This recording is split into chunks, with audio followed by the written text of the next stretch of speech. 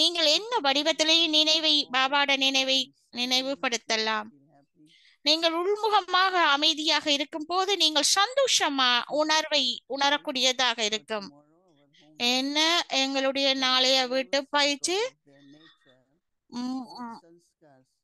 ஆத்மாக்கள் தங்களின் இயல்பின் காரணமாகவோ அல்லது சம்ஸ்காரத்தாலே உங்களை பரீட்சிக்கும் போது அவ்வாறு வரும்போது ஒரு வினாடி இல்ல இப்படியான விடயங்கள் உங்களை பரீட்சிக்க வருது. அவங்களுக்கு சக்தி இல்ல. ஒரு வினாடியில ஒருவரின் விழிப்புணர்வோடு உங்களின் மேன்மையான பழக்க வழக்கத்தை பயன்படுத்துங்க. அத்தகைய ஆத்மாக்களுக்காக நீங்க கருணை உள்ளவர்களாக இருப்பதற்கு நீங்க கிடைத்த சம்ஸ்காரங்களின் இயல்பையும் பயன்படுத்துங்க. ஆத்மாக்களுக்கு அப்படி இருக்க வேணும் என்று எலோவ் பண்ண மாட்டாங்க, ஏற்றுக்கொள்ள மாட்டாங்க. அந்த பழக்க வழக்கம் இருக்கணும் என்று. இதுதான் இவங்களை உயர்த்துவது என்பதாகும், ஆத்மாக்களை உயர்த்துவது என்பதாகும். இது கேட்கக்குள்ள மிகவும் இலகுவாக இருக்கும் இல்லையா? இந்த பயிற்சிய இந்த எளிமையானதாக இருக்கும். இந்த வீட்டு பயிற்சியை நீங்க செய்யுங்கோ. என்ன கஷ்டம் வந்தாலும் பாபாவை நினைவுக்கு கொண்டு வருங்க, அது மாற்றத்தை கொண்டு வரும்.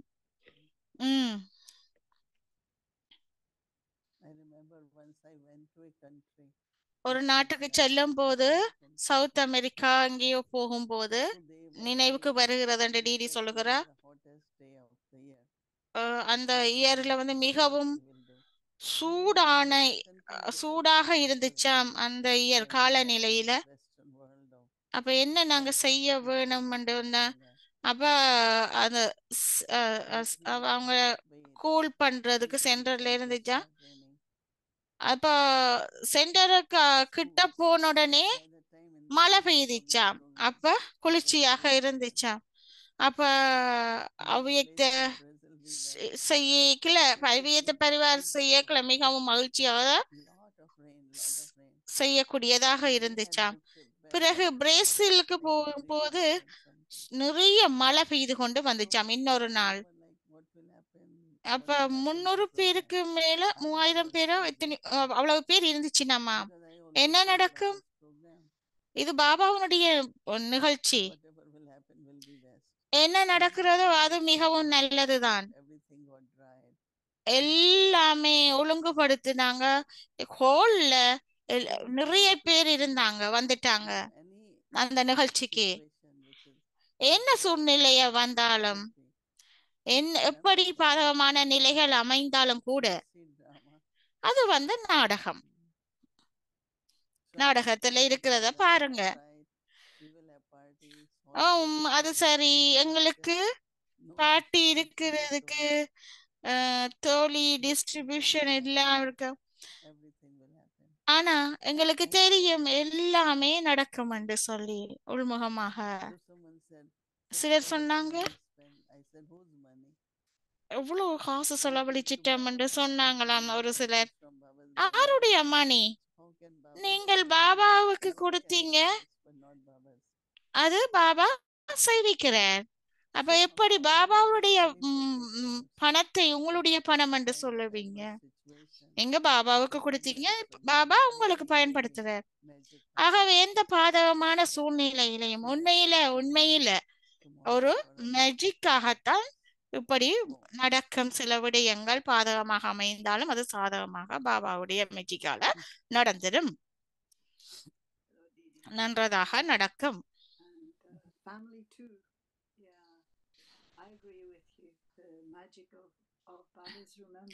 ஆமாம், பாபாவுடைய நினைவில் இந்த மேஜிக் நான் உங்களுடைய ஏற்றுக்கொள்கிறேன் அப்படி என்று டிடி சிஸ்டர் சொல்லுறாங்க. பீஸ் வில்லேஜில்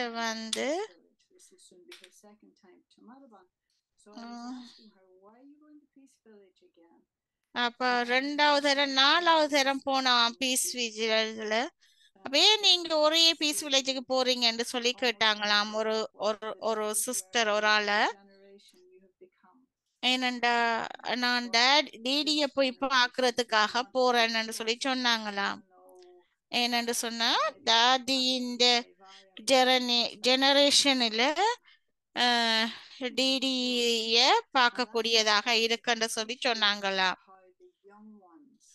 ஒரு இளமையான இளமையாக இருக்கிற ஒருவர் இவ்வாறு இருக்கிறது ஏற்றுக்கொள்ளக்கூடியதாக இருக்கு எனக்கு என்று சொல்லி கூறுறாங்க. மிகவும் உண்மையாக இருக்கிறா.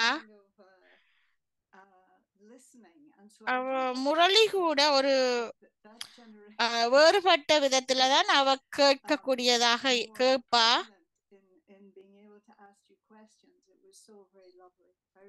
நீங்கள் கூறினீங்கள் மிகவும் கேள்வி கேட்டீங்க.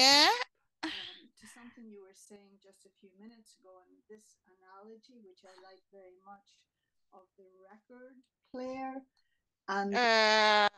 ஒரு சில நிமிடங்களுக்கு முன்பு நீங்க கூறினீங்கள் எப்படி சம்ஸ்காரங்கள்ல அந்த ரெக்கார்ட் பிளேயர்ல எப்ப ரெக்கார்டிங் செய்யறதோ அது மாதிரி ரெக்கார்ட் பண்ணி செய்யறது ஒரு இவ்வாறு வாரது. நான் இதுல வந்து தூய்மையை பற்றி நான் கேட்கிறேன். என்ன மாதிரி என்றா யாரு தந்தையா சத்குருவா யாரு எங்களை தூய்மைப்படுத்துறது? பாபாவினுடைய சக்தி வந்து எங்களுடைய புதிய ஒரு சக்தி வந்து அந்த ரெக்கார்டிங்ல வந்து தூய்மைப்படுத்துற என்ன மாதிரி அந்த ரெக்கார்ட் டேப்ல உருவாகுது மாதிரி எப்படி என்று கேக்குறாங்க. பாபா வந்து எப்போதுமே தூய்மையானவர். அவர் எப்போதுமே எங்களை தூய்மை கட்டி கொண்டிருக்கிறார். எங்கள் எல்லோரையும் பாபாவை நாங்க முதல் தரம் சந்திக்கும் போது நான் வந்து உணர்ந்தேன். நான் எல்லா எதிர்மறையையும் கிளீன் பண்ணக்கூடிய மாதிரி பாபாவை பார்த்த போது என்னை நான் தூய்மைப்படுத்தக்கூடியதாக இருந்தது. பிரம்ம பாபாவை முதல் தரம் பார்க்கும்போது எனக்கு எந்த ஒரு அப்போது என்னுடைய நெகட்டிவிட்டி எல்லாம் இல்லாமல் போய்விட்டது என்று சொல்லி டிடி கூறுகிறாங்க. அந்த நேரத்துல எனக்கு ஒரு ஆச்சரியமாக இருந்தது. அது ஒரு ஒண்டர்ஸாக எனக்கு அது ஒரு செய்யப்பட்டது இருந்தது. எனக்கு தூய்மை வந்து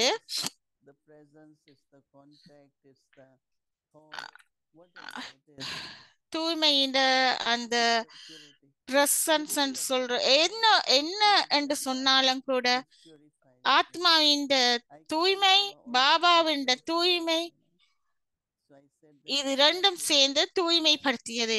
இது வந்து நெருப்பு என்று சொல்லலாம். நீங்க நெருப்புல ஏதாவது போடும் போது மாட்டம் வருது, அங்க வந்து துரு அகற்றப்படுகிறது. தூய்மையும் கூட ஒரு நெருப்பு மாதிரி. எங்களுடைய தூய்மையற்ற தன்மைகள் அந்த தூய்மையில எரிக்கப்படுது. இல்ல விட்டால் நாங்கள் எல்லோருமே தூய்மையாக இருப்போம் இல்லையா? எல்லோரும் ஆமாம் ஆமாம், இதை நான் ஏற்றுக்கொள்ளக்கூடியதாக இருக்கேன். நேற்று இது மிகவும் சூட்சுமமாக இருக்குது. தியானத்துல இது எப்படி நடக்குது? சில நேரத்துல பிராமணர்கள் கூட இதை செக் பண்ணுங்க. பாபா வந்து இப்படி மாற்றம் அடைகிறது எப்படி இதை நாங்கள் அனுபவிக்க கூடியதாக இருக்குது. இது சத்தியயுகத்துல நாங்க எப்படி இருப்போம்? அந்த சத்தியத்தின் அந்த சுவையை நாங்கள் அறியக்கூடியதாக இருக்கும் இல்லையா? அதை நான் கேட்கும் போது எப்படி எங்களுடைய உடல் இருக்கும்? சிலர் சொல்லுவாங்க வாசனை நிறைந்த உடலுமாக இருக்க மிகவும் இலகுவாக இருக்கும் என்று சிலர் சொல்லுவாங்க. சத்திய யுகத்து உடல், இந்த உடல் வந்து ஆத்மா மாதிரி இருக்கு, ஆத்மாவின் இயல்பாக இருக்க. will be like that too. இந்த உடல் கூட அப்படித்தான் என்று சொல்லுவாங்க. Your experience. என்ன உங்களுடைய அனுபவம்? as much there is purity, எந்த அளவுக்கு தூய்மையாக இருக்கிறோமோ அங்க வந்து இலகுவாகவும் இலகுத்தன்மையும் ஒளியும் இலகுவாகவும் இருக்கக்கூடியதாக இருக்கும். தூய்மையாக இருக்கும் போது பிரம்மபாபாவும் கூட அப்படித்தான். அவருடைய தோல், உடல், கண் எல்லாமே தூய்மையாக காணக்கூடியதாக இருந்துச்சு. இந்த தத்துவங்கள் கூட பிரகஷ்மணி தாதியை கூட பாருங்க, அவ வந்து பறக்கின்ற மாதிரி இருப்பா, பறக்கிற ஸ்திதி மாதிரி இருப்பா. இந்த இந்த தத்துவங்கள் கூட எங்களுக்கு உதவி செய்து அதன்படி இந்த உடலும் அவ்வாறு இருக்கும். அம்மாவும் கொஞ்சம் கட்டையாகவும் பாரமாகவும் இருப்பா. ஆனா அவ வந்து நடக்கும் போது செய்யும் போது அப்பா எல்லாம் வேலை செய்யும் போது அவ உண்மையிலேயே ஒரு தேவதை மாதிரி தான் காணப்படுவா. ஆகவே லக்ஷ்மி நாராயண பார்க்கும்போது 5 தத்துவம் 5 ரூபங்களும் அங்கு காணக்கூடியது. 5 ஃபார்ம்ஸும் 5 ரூபங்களையும் காணக்கூடியதாக இருக்கும். அவங்கள ஆத்மாவின் விவேகம், தன்மை அதெல்லாம் அனுபவம் செய்யக்கூடியதாக இருக்கும். நானும் வந்து கடைசியில போனாலும் கூட என்னால உணரக்கூடியதாக இருக்குது அந்த சூட்சுமமான சக்தி மூலம். சோ நாங்கள் கீழே வாரத்துக்கு எங்களுக்கு ஒரு கிராஸ் பண்ணி அந்த ஒவ்வொரு ரிட்ரீட்லயும் ஒவ்வொரு அனுபவத்தையும் பெறக்கூடியதாக இருக்கிறது. புரிந்து கொள்றது மிகவும் முக்கியம். அத்தோடு அனுபவம் செய்யறது மிக மிக முக்கியம். என்னத்த நீங்க கூறுறீங்களோ சத்திய யுகத்துல still works if it is a law in the first place. முதலாவது வாரத்துக்கு நிறைய வேலைகள், முதலாவது வாரத்துக்கு நிறைய பயிற்சிகள் செய்ய வேண்டி இருக்கிறது.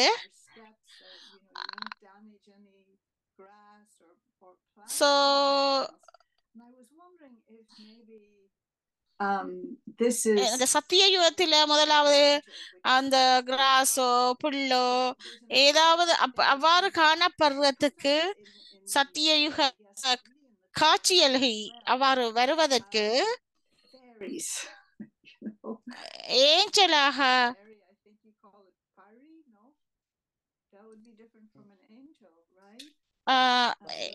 ஏஞ்சல் தேவதையாக முதல்ல வர வேணும்.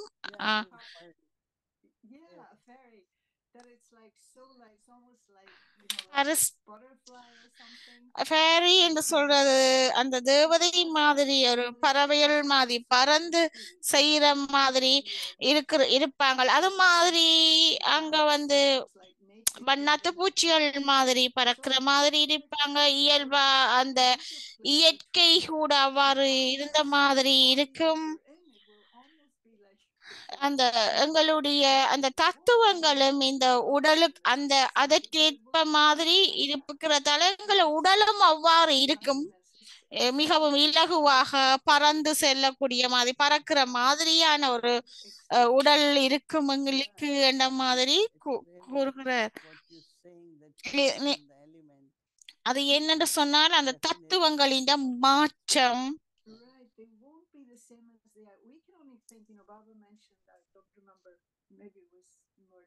Thursday about the 3 different kinds of intellect. Baba வந்து லாஸ்ட் Thursday சொன்னார் 3 வகையான புத்திகளை பற்றி. தெய்வீக புத்தி, கடவுளின் புத்தி, மற்றது மனிதர்களின் புத்தி. புத்தி வந்து ஹியூமன் புத்தியில வந்து கடவுளின் புத்தியோட சேர்த்து மனிதண்ட புத்தியும் சேர்த்து இருக்கிறது. அதுல வந்து டிவினிட்டியும் இருக்கிறது. அது எவ்வாறு கடவுளின் புத்தி அதன் தாக்கம் வந்து டிவைன் இன்டலெக்டாக தெய்வீக புத்திக்குள்ளேயும் வாரது. அதை பற்றி கதைக்கிற. அதுக்கு பிறகு தூய்மைக்கு நான் வரும்போது தூய்மையை பற்றி திரும்பவும் கதைக்க வருகிறேன் என்று சொல்லுறா. என்னுடைய பழைய சம்ஸ்காரங்களை எரிக்கும் போது புதிய சம்ஸ்காரங்கள் வருகின்றது. அதுக்கு பிறகு ஆதி என்னுடைய ஒரிஜினல் சம்ஸ்கார்ஸ் வருது. ஆதியான சம்ஸ்காரங்கள். அந்த ஆதியான சம்ஸ்காரங்கள் எனக்கு மேலோட்டமாக இருக்கா இல்லாட்டி நான் திரும்ப அதை எடுக்கிறேன், நான் நினைவுக்கு கொண்டு வரேன்னு கேக்குறாங்க. அது வந்து நாங்கள் வந்து திரும்ப எடுக்கிறோம்.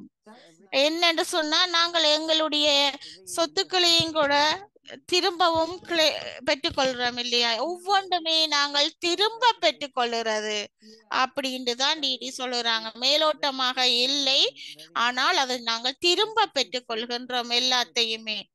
அது வந்து திரும்ப திரும்ப என்று சொல்றது அது மிகவும் மேன்மையான வழியில பெற்றுக்கொள்ளுகின்றோம்.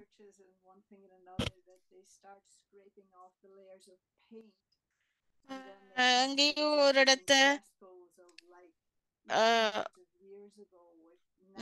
நோவோண்டு இருக்கும் போது 100 வருடத்துக்கு முதல்ல ஒரு அந்த நோ வந்து பெயின் வந்து சாரி எங்கேயோ பெயிண்ட் எடுக்கும் போது 100 வருஷத்துக்கு பிறகு அந்த பெயிண்டை வந்து பெயிண்ட் அடிக்கும் போது அது திரும்ப அந்த கவர் பண்றாங்க, புதுமையாக இருக்கிறது. அது மாதிரி எங்களுடைய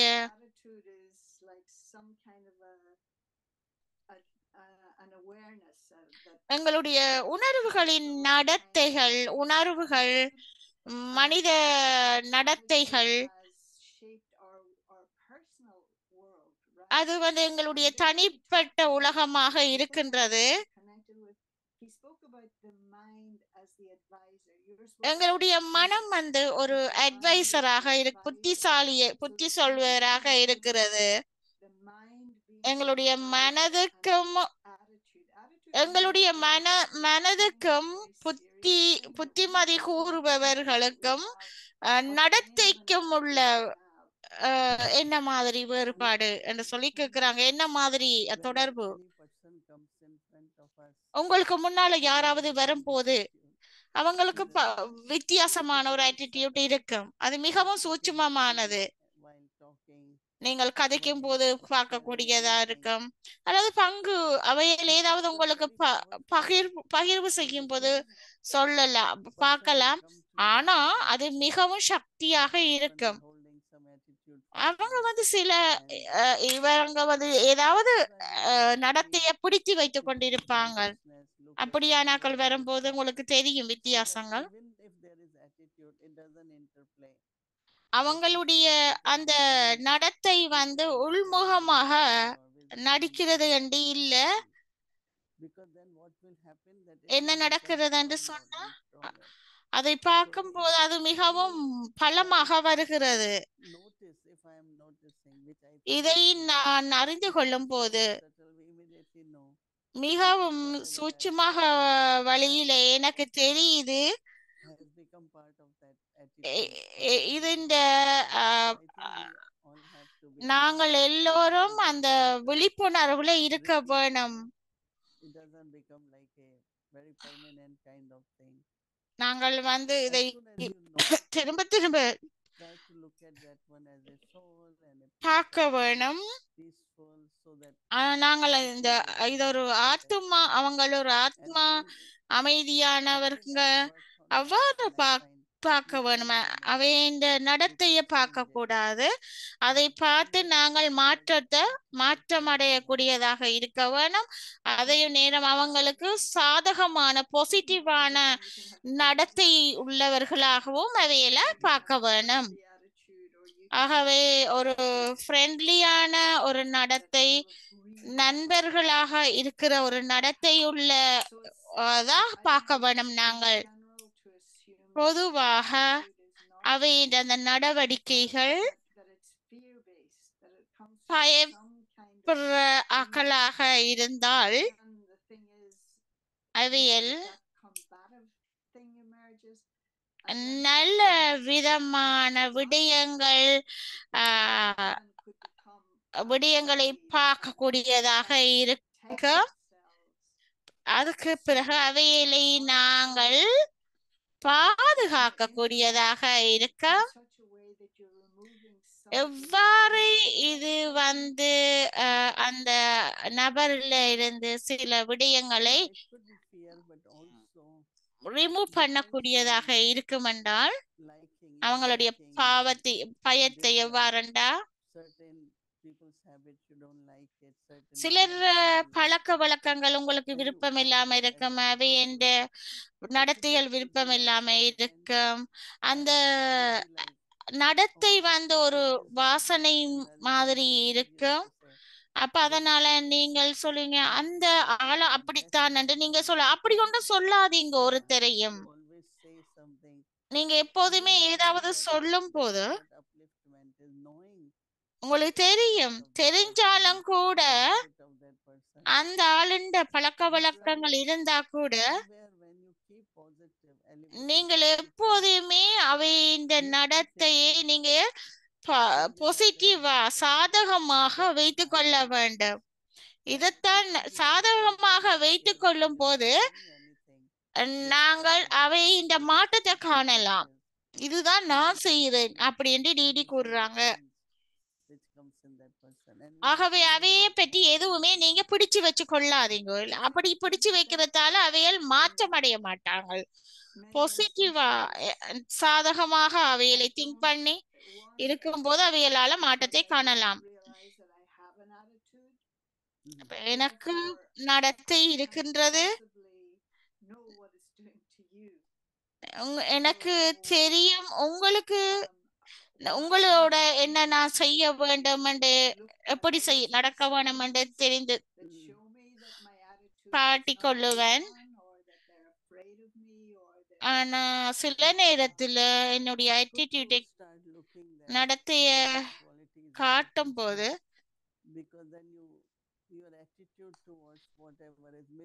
நீங்கள் எப்பொழுதுமே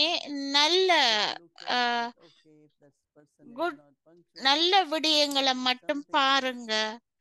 சில நேரத்துல நீங்க அந்த ஆள் நல்ல பங்க்சுவலா இருப்பார், அப்படியான நல்ல தனித்துவமாக இருப்பார் என்று அப்படி நல்ல விடயங்களை மட்டும் பாருங்க. அப்ப அந்த ஆள் மாற்றம் அடைவார். சிலர் பெருமையாகவும் குற்றம் சாட்டுறது பெருமைப்படுத்துறது ரெண்டையும் டாடி ஜாங்கி சொல்லுவாங்க.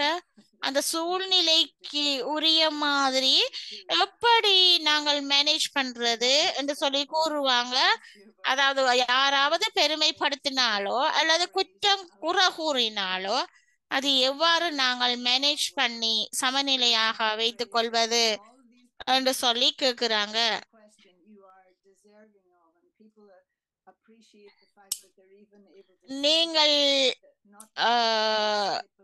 நீங்கள் அவைகளை பார்க்கும் போது அதை ஏற்றுக்கொள்ளுறீங்க. நீங்கள் எவ்வாறு அதை என்னை பெருமைப்படுத்துறத எப்படி மேனேஜ் பண்றீங்க? இன்னும் மெட்டாக்கள் பெருமைப்படுத்துவதில்லை எவ்வாறு ஒருமுகப்படுத்துறீங்க? அதுல கொஞ்சம் கவனம் செலுத்துறீங்க. அது என்ன மாதிரி அதை சொல்லுறங்க. நான் என்னைய பெருமைப்படுத்துறதுல கூறும் போது நான் அண்டர்லைன் பண்ணுவேன், கீழ்கோடிடுவேன். நான் இவ்வாறுதான் இருக்க வேணும் என்று நினைப்பேன். இதைத்தான் அவங்க எதிர்பார்க்கிறாங்க மாட்டாக்கள் என்று சொல்லி நினைப்பேன். ஓம் இவையில் இப்படித்தான் சொல்லுறாங்க, அதை நான் கவனத்துல கொண்டு வருவேன். அத வந்து நான் பெருமை என்று எடுத்துக்கொள்ள மாட்டேன். நான் அதை ஏற்றுக்கொண்டு அவையில் ஏதோ ஒன்றை பெற்றிருக்கிறாங்கள், அதனால நான் அது வந்து ஒரு ரெஸ்பான்சிபிள், அதை பொறுப்பாக ஏற்றுக்கொள்வேன், பொறுப்பாளராக ஏற்றுக்கொண்டு அதனை நடைமுறையில கொண்டு வருவேன் என்று சொல்றா டிடி.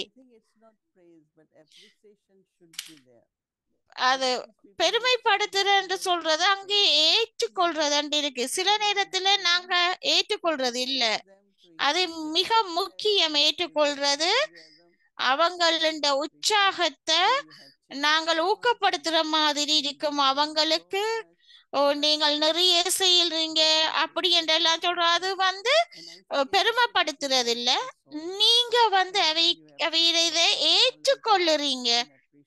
அவங்கள ஏற்றுக்கொள்ளும் போது எங்களுக்கு ஒரு பொறுப்பு வருது. யாரு ஏதாவது சொன்னா நீங்கள் அதை ஏற்றுக்கொண்டு அதுக்குரிய பொறுப்பாக நடக்க வேணும், அதன் ரூபமாக வர வேணும். அதுதான் எசன்ஸ். அந்த பெருமைக்குரிய அந்த விடயத்துல அவ்வாறு இருக்க வேணும். Thank you, Didi. Thank you, Vodiben. Thank you, Didi. Thank you, Vodiben. Last weekend at the Avekti Parivar retreat, and also again we have another opportunity to be in Peace Village. We have international couples retreat coming up. Couples போகலாம். அது வந்து ஜூலை 18 போயிட்டு நீங்க புறப்படுறது ஜூலை 21. பாபானுடைய அன்புள்ள நம்பிக்கை பொறுப்பாளராக இருக்கிறது. இது வந்து பிகேஸுக்கு மட்டும்தான். ஆனா கப்பல்ஸ் அவையிலோட குழந்தைகள் இருந்தா 5 வயசுல இருந்து 17 பேர் வயது மட்டுமான குழந்தைகளும் அடல்ட்டும் 18 வயசுல 25 வயதோட அடல்ட்ஸ் இருந்தாலும் அவையிலும் வரலாம் கப்பல்ஸோட. இந்த கப்பல்ஸ் ரேட்டில மோகினி டிடியும் வருவாங்க. இது எங்களுக்கு ஒரு அரிய சந்தர்ப்பம். நாளைக்கு டியூஸ்டே அமிர்த வேலா 3:30 to 4:45 AM English அவ்யக்தி முரளி 5 to 6 PM அவ்யக்தி சில்ட்ரன் முரளி 5 to 5:15 PM மற்றது 6 o'clock பக்தி 7:20 PM மட்டும் பக்தி. அதுக்கு பிறகு 7:20 to 8:30 வரைக்கும் அவ்யக்தி முரளி ரிவிஷன். அதுக்கு பிறகு டிடிட கிளாஸஸ் நடக்கும். அவ்யக்தி ஜேர்னி 8:30 வரைக்கும். ஓம் சாந்தி. இப்பொழுது டிடிட்ட இருந்து திருஷ்டி எடுப்போம்.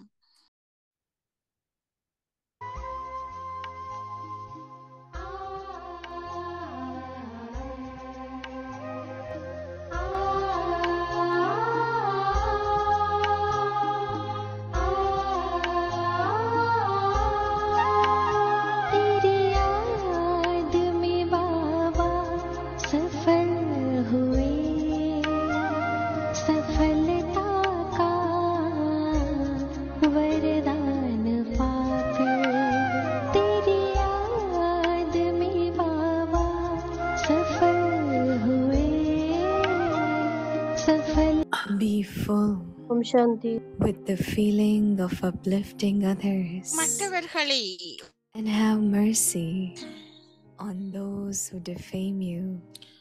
மற்றவர்களை உயர்த்தும் உணர்வின் நிறைந்திருங்கள். உங்களை இழிவுபடுத்துபவர்கள் மீது கருணை காட்டுங்கள். ஒருவரின் விழிப்புணர்வில் இருங்கள். ஆத்மாக்கள் தங்களின் இயல்பின் காரணமாகவோ அல்லது சம்ஸ்காரங்களினாலோ உங்களை சோதிக்க வரும்போது, அதாவது உங்களை பரீட்சை செய்ய வரும்போது, ஒரு வினாடியில ஒருவரின் விழிப்புணர்வோடு உங்களின் மேன்மையான சம்ஸ்காரங்களை பயன்படுத்துங்க. அத்தகைய ஆத்மாக்களுக்காக நீங்கள் கருணையுள்ளவர்களாக இருப்பதற்கு நீங்கள் கிரகித்த சம்ஸ்காரங்களையும் இயல்பையும் பயன்படுத்துங்க.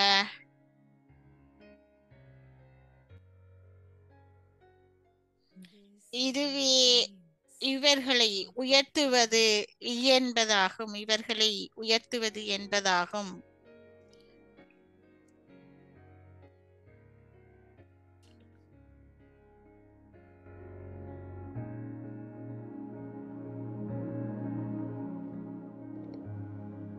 परोपकारी की भावना से மற்றவர்களை உயர்த்தும் உணர்வினால் நிறைந்திருங்கள். உங்களை இழிவுபடுத்துபவர்கள் மீது கருணை காட்டுங்கள். ஒருவரின் விழிப்புணர்வு.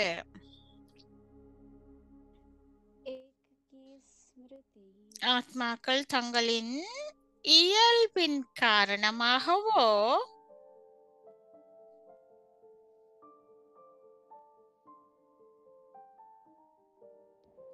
कोई अपने संस्कार அல்லது சம்ஸ்காரங்களினாலோ உங்களை பரீட்சிக்க வரும்போது ஒரு வினாடியில ஒருவரின் விழிப்புணர்வோடு உங்களின் மேன்மையான சம்ஸ்காரங்களை பயன்படுத்துங்கள். அத்தகைய ஆத்மாக்களுக்காக நீங்கள் கருணையுள்ளவர்களாக இருப்பதற்கு நீங்கள் கிரகித்த சம்ஸ்காரங்களையும் இயல்பையும் பயன்படுத்துங்கள். இதுவே இவர்களை உயர்த்துவது என்பதாகும்.